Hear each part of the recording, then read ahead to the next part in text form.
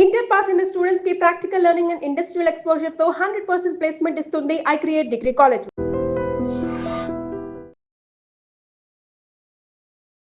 నమస్తే, welcome to I dream. నేను వలి. తమిళనాడు రాజకీయాల్లో మరొక సంచలనం నమోదు కాబోతోందా?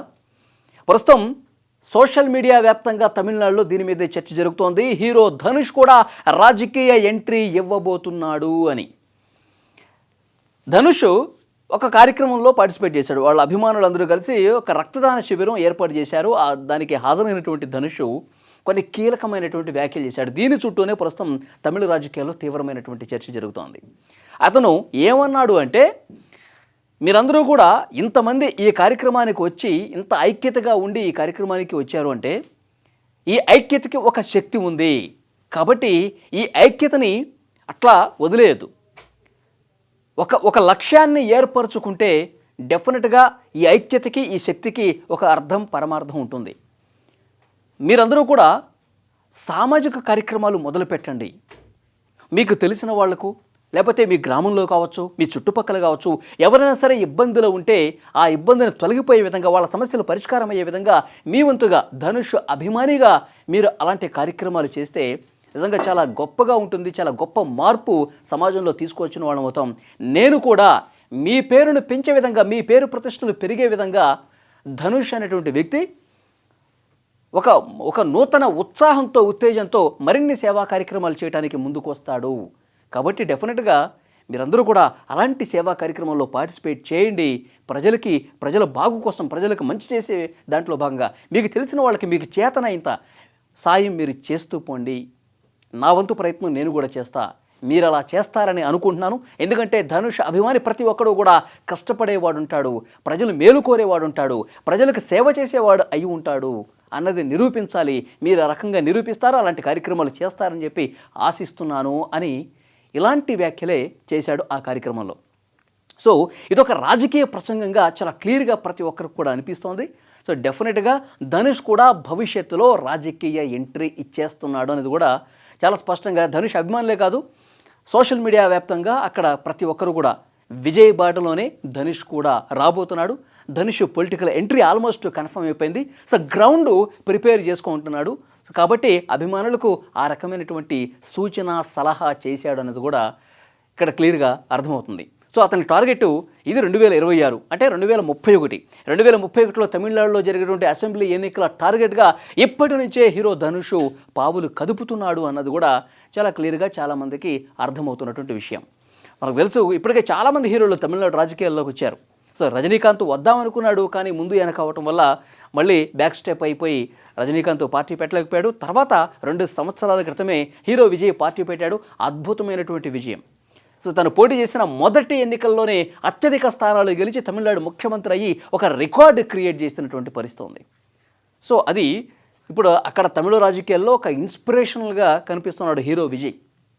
ఇప్పుడు ధనుష్ కూడా అక్కడ మంచి చరిష్మా ఉన్నటువంటి హీరో ధనుష్, మంచి ఫ్యాన్ ఫాలోయింగ్ ఉంది, మాస్ ఫాలోయింగ్ ఉంది. ఆయన నటించినటువంటి సినిమాలకి నేషనల్ అవార్డ్స్ కూడా వస్తూ ఉన్నాయి. సో కాబట్టి పేరు ప్రఖ్యాతులు ఉన్నటువంటి మరొక నటుడు ధనుష్, కాబట్టి ఇతను కూడా వస్తే తమిళ రాజకీయాల్లో ఒక గొప్ప సమీకరణాలు రాబోతున్నాయి, గొప్ప మార్పులు రాబోతున్నాయి. విజయలాగా విజయం సాధించే స్థాయి ధనుష్కు కూడా ఉంది అని చెప్పి అక్కడ చాలామంది సోషల్ మీడియా వేదికగా ఈ వ్యాఖ్యల తర్వాత మాట్లాడుతున్నటువంటి పరిస్థితి ఉంది. సో ఇదే కార్యక్రమంలో నేషనల్ అవార్డ్స్ గురించి కూడా చర్చ జరిగిందండి. హీరో ధనుష్ నటించినటువంటి ఏదైతే రాయన్ సినిమా ఉందో దానికి డైరెక్టర్ కూడా ధనుష్.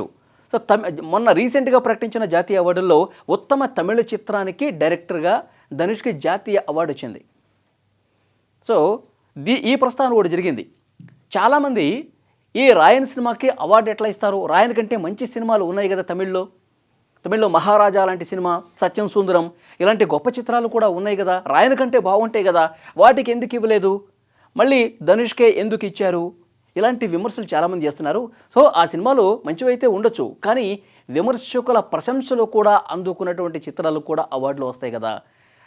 ఒకే వ్యక్తికి తమిళనాడుకు సంబంధించినటువంటి ఒకే వ్యక్తికి 2 అవార్డులు రావటం చూసి ప్రతి ఒక్క తమిళ ఇండస్ట్రీకి సంబంధించిన వాళ్ళు కావచ్చు, ప్రతి ఒక్క తమిళుడు కావచ్చు గర్వపడాల్సింది పోయి నా మీద విమర్శలు చేస్తూ ఉన్నారు.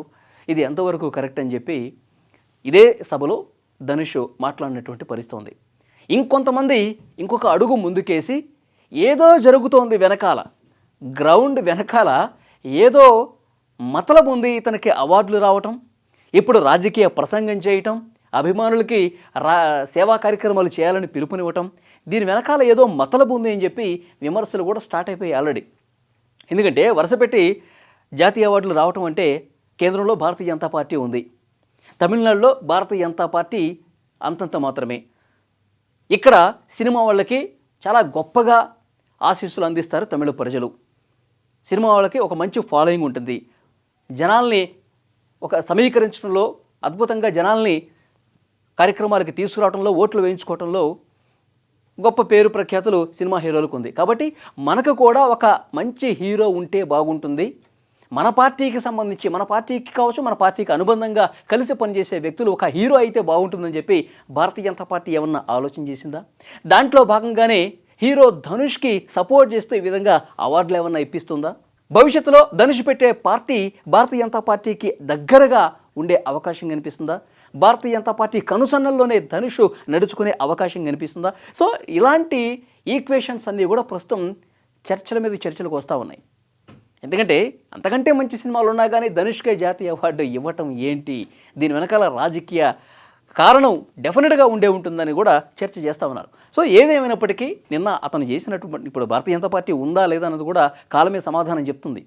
ఇప్పుడు సరైనటువంటి ఆధారం ఇప్పటివరకు అయితే లేదు. ఇట్లా ఊహించి చాలామంది విమర్శలు చేసేవాళ్ళు ఉంటారు కాబట్టి ఆ విషయం మీకు చెప్తున్నా. సో ఏదేమైనప్పటికీ hero Dhanush political entry almost confirm అయిపోతున్నా. ఆయన డెసిషన్ తీసేసుకున్నాడు. తీసుకున్నాకే అభిమానులతో ఈ విధంగా కామెంట్స్ చేశాడన్నది కూడా క్లియర్గా అర్థమవుతుంది. ఈ వీడియో చూస్తున్న ప్రతి ఒక్కరు కూడా కామెంట్ చేయండి. హీరో ధనుష్ నిజంగా రాజకీయ పార్టీ పెడితే ఏ విధంగా ఉండబోతుంది? విజయలాగే అద్భుతమైనటువంటి విజయం నమోదు చేసే ఛాన్స్ ఆయనకుందా? ఎందుకంటే గొప్ప పేరు మోసిన పార్టీలు ఉన్నాయి ఆల్రెడీ. డిఎంకే, అన్నా డిఎంకే, ఇప్పుడు టీవీకే హీరో విజయ్ది. ఇప్పుడు మళ్ళీ ధనుష్ ఎంట్రీ ఇస్తే అవకాశం ఉంటుందా?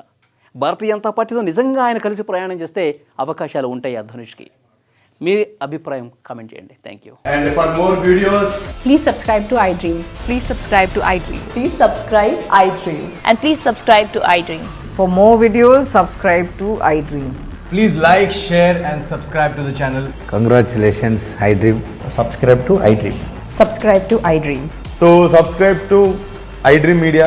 iDream ki iDream team andarki huge congratulations. Please subscribe iDream Media. Please subscribe to iDream. Subscribe iDream. Please subscribe to iDream. iDream అంటే నా కళల ఛానల్ను సబ్స్క్రైబ్ చేసుకున్న నోరు తిరుగుతలేదు, మీరైతే గంట గుర్తు కొట్టండి. For more such videos, please subscribe to iDream. Subscribe to iDream. Please subscribe to iDream. Please subscribe iDream Media. Please do subscribe to iDream. Please subscribe to iDream Media. For best entertainment and information, please subscribe iDream. And don't forget to subscribe to iDream.